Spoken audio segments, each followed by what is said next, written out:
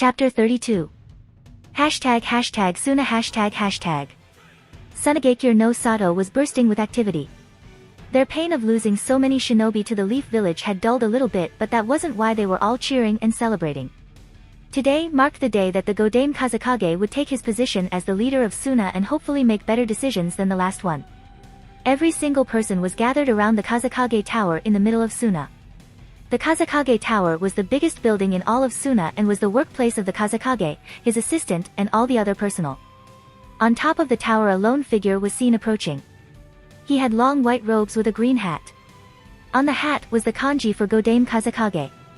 The Kazekage removed his hat to show a man with two very distinctive red marks on the right side of his face, the only visible part of his head, with the rest being covered by his turban-like headgear and by a sheet hanging from it on the left side of his face. The man was Baki, the former sensei of Gaara, Temari and Kankuro, and now the new Kazekage of the Sand Village. Baki raised his hands high into the air and signaled the population to calm down so he could begin his speech. People of Sunagakure, I come to talk to you with a heavy heart.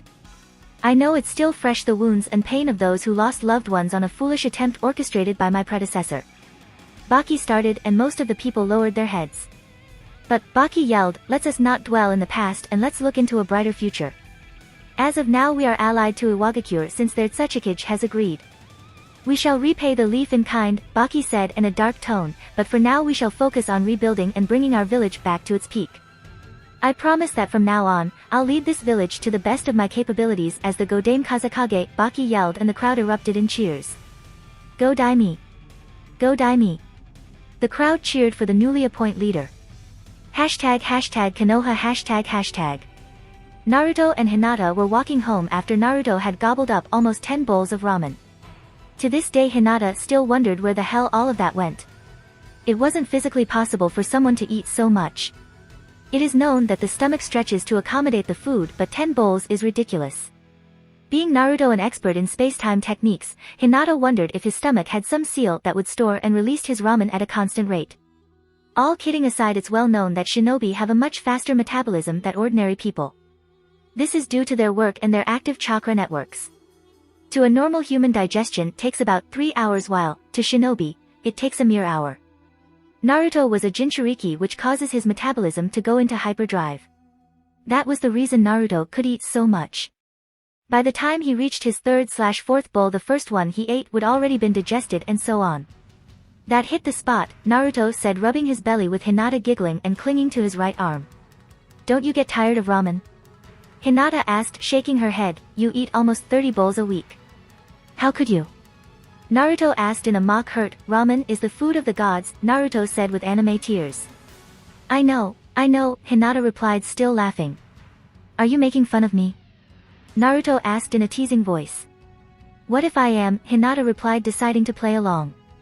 Then I have to punish you, Naruto and said, and swooped Hinata of her feet and placed her on his shoulder, holding her by her legs. Naruto secured her and proceeded to dash mad speed to their home. Why slow down, Hinata yelled, but Naruto didn't hear and proceeded and deactivate his gravity seals for an extra speed boost. Your home, Naruto said, gently placing Hinata on the ground, who was still seeing stars from Naruto's bumpy ride. Senju compound Naruto and Hinata walked inside the compound and into the living room to find the Sand siblings there. Gaara was reading, much surprised there. Temari was cleaning up her fan and Kankuro was doing something to his puppets. By the looks of it, Kankuro was either testing or assembling some new puppet, since Naruto only had seen his karasu. And the last time he saw his puppet he kinda drove a Rasengan through it. Yo, Naruto said, walking into the room and making everyone turn to him, greeting him. Man. I'm spent. All that I want now is a warm bath and a bed, Naruto said, plopping into a nearby couch. Welcome Naruto, Gaara said, looking up from his book and proceeding to flip a page. By the way, Kankuro started, I heard you made it to the bingo book. Congrats, Kankuro said, and Temari scolded him, saying that having a bullseye on the back of his head isn't exactly good news. Congratulations Hinata-chan, you also made it to the bingo book. Temari happily congratulated Hinata and got confused looks from Kankuro and Naruto. Is she bipolar? Naruto whispered to Kankuro, who shrugged his shoulders. How should I know? Kankuro replied, and Naruto got deadpanned. She's your sister moron, Naruto simply replied. I avoid my sister because she tends to be a bit aggressive with that fan, Kankuro replied shivering. Between his sister's fan and his brother's sand he really didn't know what to pick. Let's show them that kunoichi are as good as man, Temari stated swinging her fan and creating a small gust of wind. By the way, Naruto started, how is training with Anko? Naruto asked and everyone froze at his question. I don't like it, mother is afraid of her, Gaara said shaking while Kankuro wasn't faring much better either. I like it, Temari in a happy voice, too happy if you ask me. It's awesome. A couple days ago she even let us interrogate a prisoner and use all of her tools, Temari said with stars in her eyes. She's so cool, I want to be just like her, Temari said and both Naruto and Hinata slowly nodded knowing that if that happened, it wouldn't be safe to live in the Senju compound anymore. Maybe she will let me sign the snake contract, Temari suddenly said and all the males paled at the thought of Temari summoning snakes to discipline everyone. Poor Shika, Naruto whispered to Kankuro who chuckled. Hey Gaara, how is the new seal holding up, Naruto asked. He had yet to ask Gaara about his new seal since he was out for nearly 2 days when he applied it. It's very good, Gaara said, I can sleep peacefully, which I really like, besides that Shikaku is being friendlier. Shikaku? Naruto asked and Gaara nodded, friendlier. Naruto confirmed and Gaara nodded again never looking up from his book. Are you high? Naruto asked and Gaara got confused. No. I'm at the same altitude as you, Gaara replied and Naruto's sweat dropped. Forget it, explain me the whole Shikaku being friendlier, Naruto asked. Well, according to him, all of the seals used to seal him up were defective. He was in such poor conditions that were driving him mad, Gaara explained, he said, do you know what it's like to be stuck in cage and being unable to sleep? Gaara said and Naruto pondered. I didn't really study much of your seal only that it wasn't meant for holding bijus, Naruto stated and Gaara nodded. Yes, Shikaku said that I wasn't able to sleep because he wasn't either. And he couldn't sleep because of the seal was poorly constructed and that was making him insane. It was like having an itch and never being able to scratch it, Gaara explained. Good, Naruto replied, one less lunatic to deal with, Naruto thought. Suddenly the door opened of the living room opened and Tsunade, Shizun, and Jiraiya walked in. Hey Bachan, Erosenin, Shizune-chan, Naruto said greeting his grandmother, his sister figure and his godfather who got a tick mark on his forehead. Don't call me that, Jiraiya yelled crying anime tears. But you are a pervert and always peeking around the hot springs, Naruto simply stated. Actually I haven't peeked in almost a week, Jiraiya proudly said and Naruto's eyes widened. Blasphemy, Naruto yelled throwing holy water to Jiraiya, what brought this on? Naruto asked. I'll tell you later, Jiraiya said and Naruto shrugged his shoulders. Oh and Naruto, Jiraiya bringing his attention back to him, me and Tsunadeheim need to talk to all of you later, Jiraiya explained and they all nodded. They all went to the kitchen to have dinner minus Naruto who decided to take a shower while they all ate. In fact both Naruto and Hinata had already eaten back at Ichiraku's and weren't hungry so they just waited for them to finish so they could have the conversation that Jiraiya had mentioned. Hashtag an hour later hashtag. Everyone had already eaten and they were all seated in the living room. They didn't know what Jiraiya wanted with them but the serious look on his face told everyone that this wasn't some chit-chat. They were even more convinced when Naruto placed a sound and visual seal around the room. So what do you want to talk to us about? Naruto asked while everyone was wondering pretty much the same thing. Akatsuki and this fellow, Tobi, Jiraiya said and Naruto instantly knew this had something to do with his latest mission. Wait, Naruto called out, if it's about Tobi we should include Kurama in this, Naruto said and everyone raised an eyebrow. Kurama? Tsunade asked confused. Kurama is the Kyuubi's real name, he trusted me with his name and I'm doing the same with you, Naruto said and they all nodded. Naruto proceeded to make a shadow clone and having Kurama switch with him. I'm here. You can start pervert, Kurama said and Naruto bit back a laugh. Naruto, Hinata, Jiraiya said focusing on both of them, I need to know everything about him from your mouths. I know what Tsunade told me, but explain everything, even if it might seem irrelevant, Jiraiya explained and Naruto took a deep breath gathering his thoughts before beginning. For starters he said that he's Uchiha Madara, my grandfather, but that is false, Naruto started, when he said that, I took a reading at his chakra and it had nothing to do with mine. Of course it had similarities as we are both Uchihas, but he was too different from mine, Naruto said. But you also a Senju, don't forget that, Gaara commented. I'll tell you what I told him. If you saw me with short hair and without whiskers I could pass for my father, right? Naruto asked and they all nodded. That means that my father's genes are dominant, meaning that my chakra signature is more related to that of my father and, of course, grandfather than to that of my mother, Naruto explained and they all nodded. And he also has the Mokuton, Naruto said, still no believing in what he saw. With that Mokuton stunt he pulled back with Kakuzu, he would believe that Tobi was using genjutsu as well. I wonder about that, Tsunade said, rubbing her chin. So far no one had ever awakened the Mokuton bloodline since my father and all Senju clan members were accounted for. Unless, some member had a one-night stand with someone we didn't know about, Tsunade said, trying to explain just who the hell Tobi was. Another thing I noticed about him, Naruto said and looked straight at Tsunade, besides him having the Mokuton, is that he had Senju chakra but it felt irregular, Naruto said. What do you mean by irregular? Tsunade asked. I don't know how to explain it properly. It's like that Senju chakra was different from his Uchiha one, they were vibrating at different frequencies, so to speak. Another way to put it is, it's as if he had both Senju chakra and Uchiha chakra but separately in his body and yet one single chakra signature, Naruto explained, or tried for that matter. When he sensed his chakra he wasn't looking for anything in particular other than confirming if he was Madara or not. I see, Tsunade said, digesting the information. What can you tell us about his chakra? Tsunade asked, turning to Hinata. Unfortunately, I can't tell you anything else. My Byakugan doesn't differentiate chakra signatures, so all chakra looks the same to us with the exception of Bija chakra, of course, Hinata explained, and Tsunade sighed. Bachan, Naruto said, making her focus on her, do you think it's possible he somehow injected Senju DNA into his body? Naruto asked and Tsunade unfortunately nodded. It's possible but very risky, Tsunade said before she walked out of the leaving room and activated her space bridge to go to her office and picked up a file. This is a file on one of our ANBU operatives, Tenzu, Tsunade said, passing the file by everyone in the room. When he was young, Tenzu was kidnapped by Orochimaru and experimented on, Tsunade said, sighing at the shocked faces of Naruto and Hinata. He was one of 60 children that Orochimaru tried to inject Senju DNA to give them the Mokuton bloodline. Of all the 60 children, he was the only one who survived. But, even though he survived, he became capable of using the wood release, however a much weaker version than that of my father, Tsunade explained. So, it's possible that this Tobi has injected Gramps' DNA to increase his body prowess and to use his Mokuton bloodline? Naruto asked and Tsunade nodded. Then Jinchuriki have a major problem in their hands, Naruto said. What do you mean? Jiraiya asked.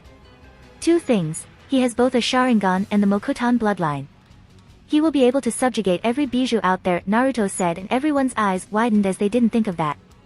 Hashirama on his prime was able to subject all of the 9 Bijou, simultaneously if need be. And this Tobi also had the Sharingan, increasing his potential. And then there is his Manjikyu, Naruto said. You said that it had the same ability as yours, right? Tsunade asked and Naruto nodded. Not only he has the Kamui but we don't even know what other powers it may have, Naruto started. I get the feeling that the Sharingan's potential is limitless, Naruto said, and everyone raised an eyebrow. What makes you say that? Jiraiya asked.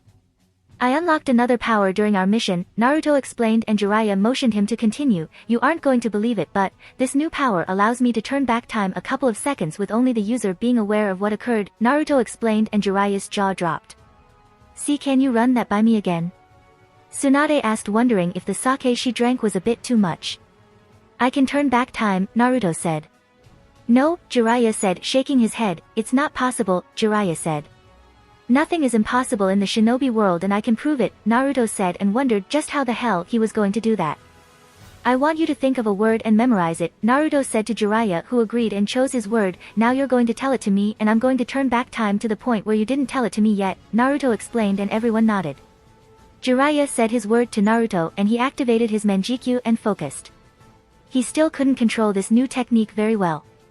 He still couldn't control the amount of time he turned back as it was a random amount of seconds. Sometimes it was 5 seconds, other time it was 7, and the most he managed was 12 seconds. Kuranasu, time god, Naruto said, his Manjikyu pulsed before starting to spin counterclockwise. Stop, Naruto yelled to Jiraiya, who was about to speak the word. I already know the word, and turned back time. The word you chose was, boobs, Naruto said, and Tsunade got a tick mark, getting ready to bury Jiraiya into the ground. Is that enough proof? Naruto asked, but they were still a little dubious about it. I mean, turning back time. WTF. I can vouch for him, since I'm inside of him. I witnessed the whole thing, Kurama said, and eventually everyone caved. So what are we going to do about this Toby person? Naruto asked, looking at everyone. He was the reason Kurama attacked the leaf. He's the reason my parents are dead, Naruto explained, unintentionally giving off Ki. You aren't going for revenge, I hope, Jiraiya asked. He knew of many shinobi who had embraced revenge and it didn't end up well for anyone. I won't give in to revenge, Naruto said, and everyone sighed in relief. But, Naruto continued, and everyone tensed, when we meet in combat, and we eventually will, I'm going to kill him, Naruto said with his Sharingan spinning. And I'll be there. Jiraiya said, the bastard is going to pay for killing my student, Jiraiya said. And my daughter, Tsunade said, and everyone nodded. It seemed that everyone wanted a piece of Toby. Now it brings us to the main point of this conversation and the reason why I wanted Gaara and his siblings in here as well, Jiraiya started. I heard from my spies that the Akatsuki is going on a down low for 3 years before they start hunting for the Jinchuriki, Jiraiya explained. That's why I want to take Naruto and Gaara on a 3-year training trip, Jiraiya said, and everyone was shocked. You want to take Naruto away for 3 years? Hinata asked in a sad voice. Cheer up, Haim, Naruto said, hugging her, you forget I have 2 space-time techniques at my disposal. I'll come see you every day, Naruto said, and Hinata instantly perked up, kissing him. I know you are strong enough to hold your own against them, but when 3 years are up, I want you to be able to take the whole organization on and come out the winner, Jiraiya said, poofing his chest, and Naruto just stared at him. Sure, Naruto was strong, but taking on 10s rank shinobi at the same time. Jiraiya was crazy. 10s rank shinobi are enough to take down whole countries and armies. You are kidding, right? Naruto asked, but Jiraiya shook his head. Think it this way, Jiraiya started, you are an S-rank shinobi at 14 years old. What rank do you think you will be when you reach your prime in a couple of years? Jiraiya rhetorically asked, and Kankuro paled. Naruto had taken his sensei, him, his sister and his brother on and came out the winner, and he wasn't on his prime. I suppose, Naruto said, so what will we be doing during the trip? Naruto asked, wanting to know the details. We will be ironing out any flaws in your taijutsu, merge your Rasengan with elemental affinity, get some field experience, let your body mature to unleash its full power, you will have enough time to complete any technique you are developing and you can train your eyes further, Jiraiya explained. Naruto nodded. It seemed like a solid plan.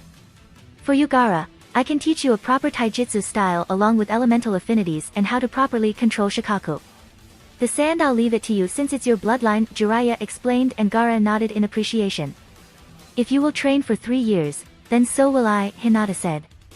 Yash, Tsunade yelled, when I'm finished with you, you will be giving a run for their money to anyone in the village, Zwanda said, laughing evilly, making Hinata pale. Medical training was supposed to be indoors and calm, right? I'm definitely asking Anko for the summoning contract, Temari said, and even Jiraiya paled. He didn't want another pretty thing like Temari to turn into a Anko. She was one crazy bitch. May Kami have mercy on her husband's soul, Jiraiya thought. Somewhere in the Nara compound a certain pineapple-haired teen sneezed. Troublesome, he said before yawning and going back to sleep. This is all I wanted to say to you, Jiraiya said, and everyone left to their rooms. Hashtag middle of night, Senju compound, Naruto and Hinata's room hashtag. It was around midnight in the Senju compound and everything was quiet since everyone was sleeping. A scream echoed through the whole compound, making Naruto jump from his bed. He looked around with his Sharingan spinning, checking his surroundings for any enemy. Harder, Naruto heard and thought, what exactly was the meaning of that? Faster, he heard and blushed. He now had a pretty good idea of what was going on and who was having fun.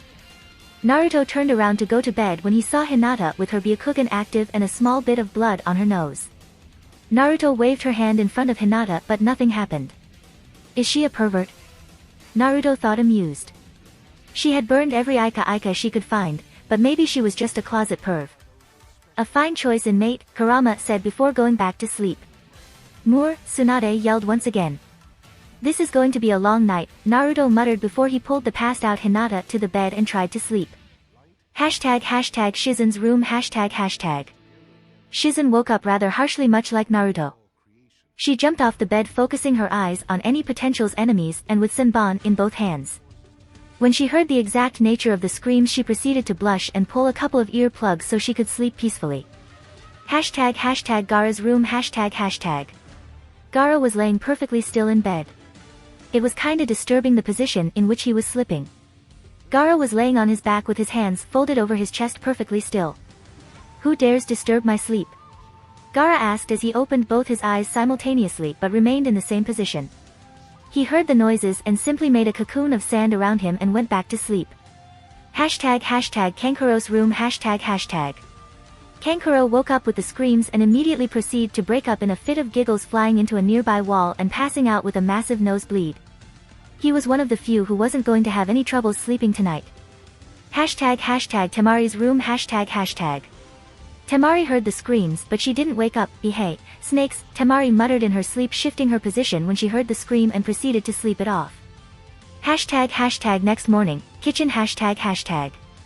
Shizun, Gaara, Temari, Kankuro, Hinata and Naruto were all gathered in the kitchen.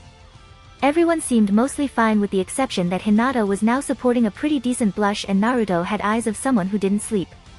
They heard a noise and turned around to see Tsunade and Jiraiya approaching. Tsunade was smiling and had the traditional afterglow of having sex. And if you consider the fact that she didn't have any in almost 20 years, I would be surprised that Jiraiya could even walk at this point. Now we see Jiraiya with the biggest shit-eating grin Naruto had ever seen. Now I understand why he didn't peek in over a week, Naruto thought, looking at Jiraiya who was sitting down at the table. Naruto walked towards him, placing a blank paper in front of him and started drawing kanji. You know what that is? Naruto asked. It's a silence seal, Jiraiya replied, confused, and Naruto smiled. Then learn how to use it, Naruto snapped loud enough for everyone to understand what he meant. Maybe his lack of sleep had affected him a bit. Tsunade was blushing and looking away while drinking her coffee.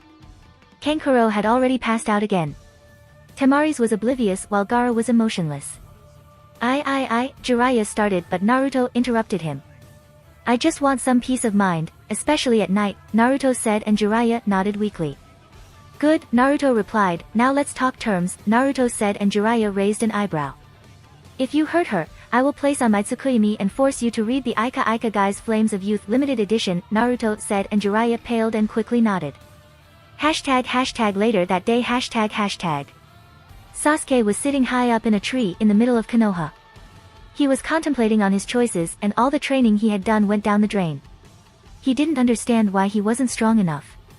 He trained every day to the brink of exhaustion and yet he was utterly defeated and humiliated by his enemy Kakuzu. And above all, Naruto was able to defeat him. Sasuke didn't understand what made Naruto so special. He even decided to follow Naruto's advice and got closer to his team. Well, as far as he could without breaking up his training schedule or endangering his quest for avenging his fallen clan. Naruto said that true power came from protecting people and yet Sasuke remained weak, powerless at the face of stronger enemies.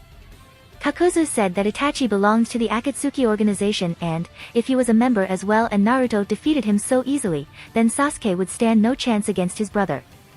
Sasuke would need an ace up his sleeve. What do you want? Sasuke asked as he felt four presences nearby watching him from afar, but not far enough for Sasuke not to notice them. Four figures dropped in front of him staring at him impassively. I won't ask again, Sasuke said in a dangerous voice with his Sharingan glowing. I don't know what Orochimaru-sama wants with this loser, one of the figures said. He had dark gray hair with long bangs that covered his right eye. He wore a green shade of lipstick, and had dark markings around their eyes giving them an androgynous appearance. He also wore brown tunics with long black skin-tight shorts, and purple ropes tied around their waists. He was Sakan, one of the Sound Four, the elite bodyguards of Orochimaru. We aren't here to ask questions, shithead, another replied. She had red hair and wore a black hat with bandaged sides. She wore a tan tunic, much like the other members of Sound 4, with black shorts and standard black shinobi sandals. She was Taiyuya, another member of the Sound 4. Let's get this over with, another member said. He was a large and imposing young man, towering over the rest of his teammates. He had orange eyes, and 3 tufts of orange hair on his head, a mohawk of sorts that ran down the middle and 2 similar styled tufts of hair at the side. He wore a sleeveless tunic with the symbol of the Sound 4 on the hem, along with black arm warmers, a pair of black 3/4 length pants that stopped just below his knees.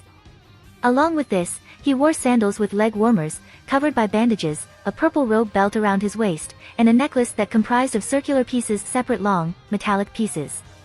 He was Jirobo, one of the Sound 4. Orochimaru-sama has a proposal to you, the last member of the Sound 4 said. He was a dark-skinned shinobi with black, shaggy hair, and black eyes. Uniquely, he also had 6 arms and wore a black, sleeveless top and shorts, over which he wore a tunic that bore the symbol of the Sound 4, and a purple rope belt around his waist. He also wore the forehead protector of his village along with arm warmers, shinobi sandals, and bandages around his legs. He was Kidamaru, the last member of his team. He, along with Taiyuya, Jirobo and Sakan, were the Sound 4, elite bodyguards of Orochimaru. Let's hear it, Sasuke said, not once looking away from the enemy. Sasuke may be a lot of things, but he wasn't a fool. If you come to him, he will give you all the power you will ever need, Taiyuya said, and Sasuke stayed silent. Konoha was doing him nothing regarding his vengeance on his brother. In fact, since Naruto public stated he was a Sharingan user, Sasuke's leverage dropped significantly. What makes Orochimaru that powerful? He got his ass handed to him by Naruto and he's 14 like me, Sasuke questioned. It's your choice, Kidamaru started. You can stay here and keep playing ninja with your friends, Kidamaru said, showing one of his hands, or, Kidamaru said, showing the other hand. You come with us and Orochimaru-sama will give you all the power you will ever need, Kidamaru finished. There is nothing to think about, Sasuke said, getting up and dusting himself off. When do we leave? Sasuke asked and Taiyuya smirked. At least this loser knew what was good for him. Don't you need to take anything? Sakan asked and Sasuke pondered before nodding. Then meets us at the edge of the north gate in 1 hour. Don't be later or we will leave without you, Sakan said, and all of the Sound 4 disappeared in a blur, leaving Sasuke to go home and pack. Hashtag 30 minutes later, middle of Konoha hashtag. It was dark in Konoha as the sun was already gone. The only light available was of that provided by the moon or the nearby public lamps. Sasuke was walking calmly and quietly, trying not raise any type of suspicions. He knew that, if Konoha knew he left, they would hunt him down with the threat of the Sharingan ending up in another village. Sasuke looked ahead and saw Sakura looking at him. What are you doing here in the middle of the night, Sakura? Sasuke asked, stopping in front of her. You are leaving the village, aren't you? Sakura asked, but Sasuke didn't answer and just started walking again, passing by her without wasting a glance. Go home, Sakura, go to sleep, Sasuke said, and kept on walking while Sakura remained there in place. Silent tears started to fall from her face. Is that all you have to say? Sakura asked, shedding silent tears, not once raising her voice. After all the good times we had together as a team, and with me, Sakura said, shaking. You are just going to walk away, Sakura said. I told that you don't understand, Sasuke said, stopping but not turning to face her. You don't know what it's like to lose your whole family and the person responsible being your brother. You don't know the pain I felt, the pain I feel, Sasuke said. I'm an Avenger and I won't stop until I have killed my brother. I can't be delayed by some silly crush, Sasuke said coldly. The only thing I need is power, and I won't get that here, Sasuke explained. So you are just leaving everything behind? Sakura rhetorically asked. We had good times, Sakura started. Flashback. Team 7 with their sensei had just got back from one mission. They were all eating at the barbecue restaurant. Between Kiba's loud and annoying voice and Sakura's giggling, everyone was enjoying themselves. Even the brooding Uchiha managed a couple of smirks. End flashback. It was another training day for Team 7 with their scarecrow of a sensei. They were all practicing taijutsu katas. Move your right arm slightly apart, Sasuke said towards Sakura, who quickly nodded, blushing. Back in the trees, Kakashi chuckled to himself. His team was doing just fine. End flashback. Team 7 had just engaged in a couple of bandits and Sasuke had saved Sakura. The enemy was about to kill her when Sasuke's body blocked the strike, taking him the hit in a less critical area. Why? Sakura asked, sobbing. I don't know, my body moved on its own, Sasuke explained, removing the kunai from his shoulder. Thank you, Sakura said and gently kissed his cheek. What was that for? Sasuke yelled, rubbing his cheek. Oh, shut up. You liked it, Sakura chirped while Sasuke scoffed but managed a small smile. Cough whipped cough, Kiba stated, making Sasuke glare at him. End flashback. It was another simple mission that would last a couple of days. It was night and the weather was warm, so everyone in the team decided to sleep out in the open. Sasuke had yet to fall asleep and was watching the starry sky deep in thought. Sasuke was so deep in thought he didn't notice a certain pink-haired girl roll over in her sleep. Sasuke tried to move but found it difficult. He looked down to see Sakura cuddling with him. She had intertwined her legs with his and was sleeping peacefully on his chest. Troublesome, Sasuke muttered to himself while slightly blushing, but did nothing to separate her from him. End flashback. Like I thought, Sasuke started, I am nothing like any of you. I won't stop at nothing in my quest, Sasuke coldly said before disappearing in a blur and reappearing right behind Sakura. Sakura, I'm sorry, Sasuke said as he picked up a kunai and quickly slit her throat. Sakura tried to say something but only a bloodied gurgle was heard. Sakura fell to her knees and dropped to the ground, lifeless. Sasuke was still standing in the same place frozen. Sasuke felt something watery in his face. He swiped his cheek with his hands and noticed that they were tears, he was crying. Sasuke's chakra spiked and his Sharingan flared to life, it had 2 tomos. A big chunk of chakra was funneled towards his eyes and Sasuke's Sharingan started spinning. It quickly became a 3-tomoed Sharingan but continued to spin and started to shift its form. His eyes stopped spinning and the whole pattern was different. His eyes were black in the background with 3 blood-red intersecting ellipses. Sasuke's eyes had changed into the all-powerful Manjikyu Sharingan.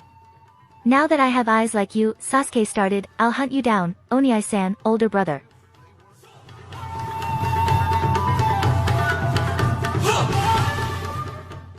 If you like this content, don't forget to like and subscribe. See you later, bye bye.